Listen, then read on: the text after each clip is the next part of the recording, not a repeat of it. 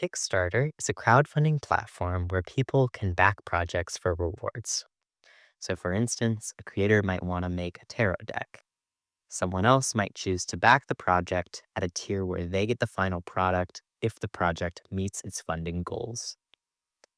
Successfully funded Kickstarters, though, don't always follow through with giving rewards to backers. In 2015, various headlines reported that around 1 in 10 successful Kickstarters don't deliver on the rewards they promised. I analyzed data from 2014 of successfully funded video games on Kickstarter and founded evidence that the non delivery rate, at least for video games, is closer to 25%. Let's take a look at how the 1 in 10 figure was produced. This research was performed in collaboration with Kickstarter to estimate the non delivery rates of successfully funded projects by surveying Kickstarter backers and asking them if they had received their rewards for specific projects. This study is available as a preprint and, to my knowledge, was never published as a peer reviewed article. But hey, my research in this video isn't either. This wasn't just like they posted up some survey on SurveyMonkey. Because they were working with Kickstarter, they chose random projects and random backers who had backed those projects and contacted them specifically. From the survey data, they estimated that around 9% of projects had more than half of backers reporting that they either A, never expect to get the reward, or B, received a reward, but it wasn't what was promised.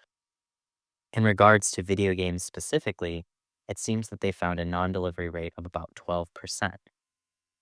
However, Malik clarified to develop that is in part because video game projects are a bit bigger than the average project. When you statistically control for the size of the project, video game projects are no more or less likely to fail than the average project of its size.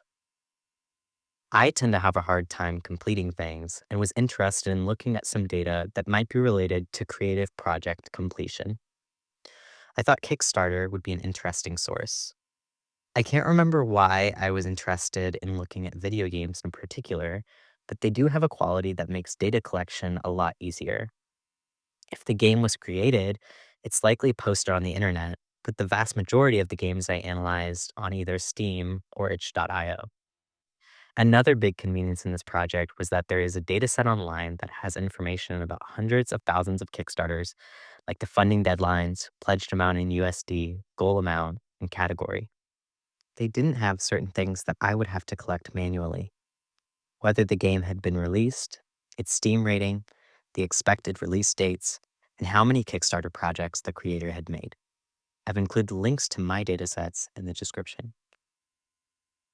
In December 2025, I looked at 100 random video game Kickstarters that had reached their funding goals in 2014, and I screened out ones that were not actually video games. For example, maybe like a shirt that somebody had made that was related to a video game. For my sample of 100 video games with funding deadlines in 2014, 68 out of 100 had been released, with 4 others that I wasn't sure if they had been released or not. For some smaller games that did not have the goal of releasing on Steam, it was hard to know if backers had been emailed a link to download the game. Of the remaining 28, I thought only one might still be being worked on, with 27 being abandoned and unreleased. So most generously, 27% were not released. This could be a conservative estimate of something like the percent of backers that failed to get rewards.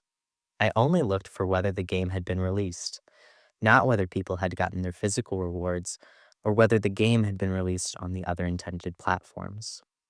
On only 3 of the 100 Kickstarters I looked at, I saw that the creators offered refunds to their backers. What's up with the big discrepancy? That research had claimed a rate of 12% non delivery for video games, but I found 27%. Of course, this difference could be due to chance. Mine isn't as big of a sample and is more likely to be non representative. I don't think this is the case because it'd be unlikely for a big difference like this to be caused by chance. And I actually think I know what's going on here. Check out this table. It shows the percentage of responses that fell into various categories. One of these categories is I'm still expecting to get the promised reward, which accounts for almost 20% of responses. Taking this into account, it's easy to see why these numbers are much lower than mine. They surveyed people in 2015 about projects that had started on Kickstarter anywhere from 2009 to 2015. In the first few years after a project is funded, it's more likely that the creator is still posting updates and working on the project, and it's hard to differentiate those that will eventually stop working on it from those that will deliver. If you're only looking at projects funded over 10 years ago, like I did, it's much easier to tell the difference. Basically, I think that some of the people who were still waiting on the rewards and said as much in their surveys never got their rewards, leading to an underestimation of non delivery. But they actually address this in the write up. They say, we might also be concerned that a number of the projects that are currently waiting for delivery will ultimately fail. If we look at older projects from 2012 or earlier, it may provide a better sense of long term success rates.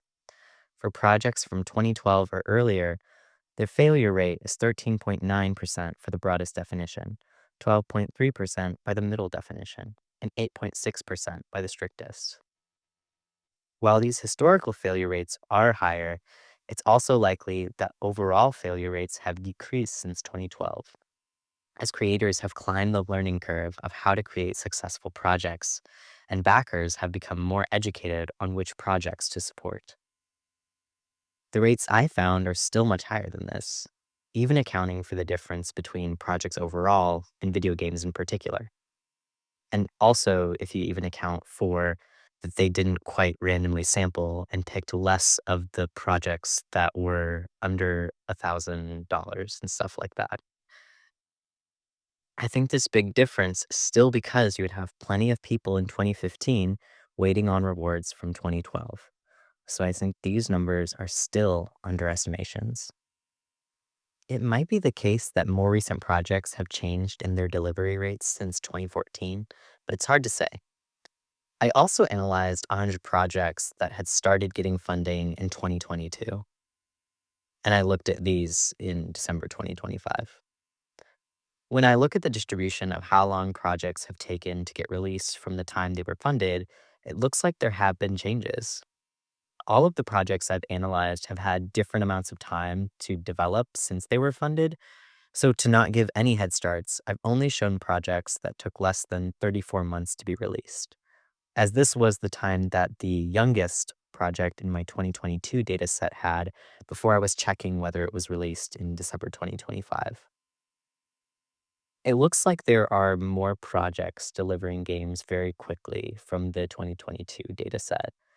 I think the ones that come out just a month after being funded tend to be creators who make a Kickstarter after having a fully finished game.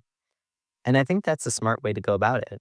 You don't have to worry about updating people or getting harassed when you're behind schedule, and backers can be much more confident that they'll get the rewards. Of course, if you need money now to pay your bills while you're making the game, this wouldn't be feasible. I'm not sure if this is a trend in what kind of Kickstarters creators are making or backers are backing. If it is trends in what creators are putting out there, it's not likely to be trial and error by individual creators. In my data sets, most creators have only made one successful Kickstarter campaign. In 2014, that was 76 of the 100. In 2022, 67. I'm not sure what these differences mean for overall non delivery rates, but I would still estimate that non delivery is probably higher than those previous estimates that I mentioned. Of the 42 that have not yet been released from my 2022 data set, I judged that about 13 of them were no longer being worked on, with an additional 5 probably not being worked on. So I still think it's likely that more than 20 of these projects will never get made. But all things consider, a non-delivery rate of about 25% for video games is, I think, pretty good. For one, I would expect a lot more deliberate scammers to get funded. When I think about the incentive structure with Kickstarter, it seems like the best way to make money would be to pretend like you're going to make something, get people to give you money, and disappear forever. Yet, when I was looking through Kickstarters, my gut feeling is that basically all the creators I looked at intended to make the game that they said they would. I'm not saying deliberate scammers aren't out there, but they don't seem to be common, at least in the video game category. For the ones who do intend to make the games, the odds are not stacked in their favor. Video games are really difficult to make, and some funded creators have never made a fully finished game. Again, most of these creators have also not made a Kickstarter before. And outside of Kickstarter, I would guess that most passion project video games never get finished. Yet, mostly people are able to release a video game when they get funded with Kickstarter. Why? I think because of a desire not to let people down, pressure from backers, and fear of reputation damage. I think all of these can go way too far. It wasn't uncommon for me to see things I would consider harassment in Kickstarter comments, and I've seen quite a few comments from backers that have been taken down by Kickstarter, probably because they're too cruel to creators. Lastly, participating in the risk that comes with backing on Kickstarter can be worth the reward. For the 2014 dataset, I collected data about Steam ratings of all the games that these were available for. I can't say that the vast majority were loved by all, but there are quite a few gems that only get made with the help of Kickstarter. Thanks for watching.